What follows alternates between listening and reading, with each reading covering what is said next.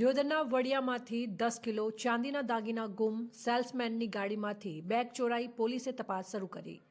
બનાસકાંઠાના દિયોદર તાલુકાના વડિયા વિસ્તારમાંથી એક સેલ્સમેનની પાર્ક કરેલી ગાડીમાંથી આશરે 10 કિલો ચાંદીના દાગીના ભરેલી બેગ ગુમ થઈ ગઈ છે। આ મામલે વેપારીએ પોલીસ ફરિયાદ નોંધાવતા પોલીસે તપાસ હાથ ધરી છે। મહેસાણાના એક વેપારી ઓગળના થરા ખાતે કામ પતાવી દિયોદરના વડિયા તરફ જઈ રહ્યા હતા। તે દરમિયાન તેમને જાણ થઈ કે તેમની ગાડીમાંથી ચાંદી ભરેલ બેગ ગુમ થઈ ગઈ છે।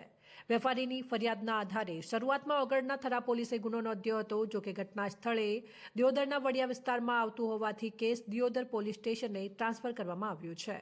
દિયોદર પોલીસે વેપારીની ફરિયાદના આધારે અજાણ્યા શખ્સો સામે ચોરીનો ગુનો નોંધી વધુ તપાસ હાથ ધરી છે।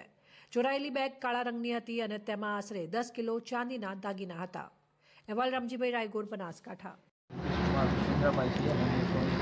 સંકળાયેલો છું અને હું મહેસાણાથી સવારે નીકળ્યો હતો થરા આવવા માટે અને મારી ગાડીની અંદર ચાંદીના દાગીના હતા અને હું સેલ્સમેનનું કામ કરું છું અને હું 84 માર્કેટની અંદર અને BPW પાર્કિંગમાં મેં મારી કાર પાર્કિંગ કરી હતી અને કાર પાર્કિંગ કરીને હું સીધો 84 માર્કેટની અંદર ગયો।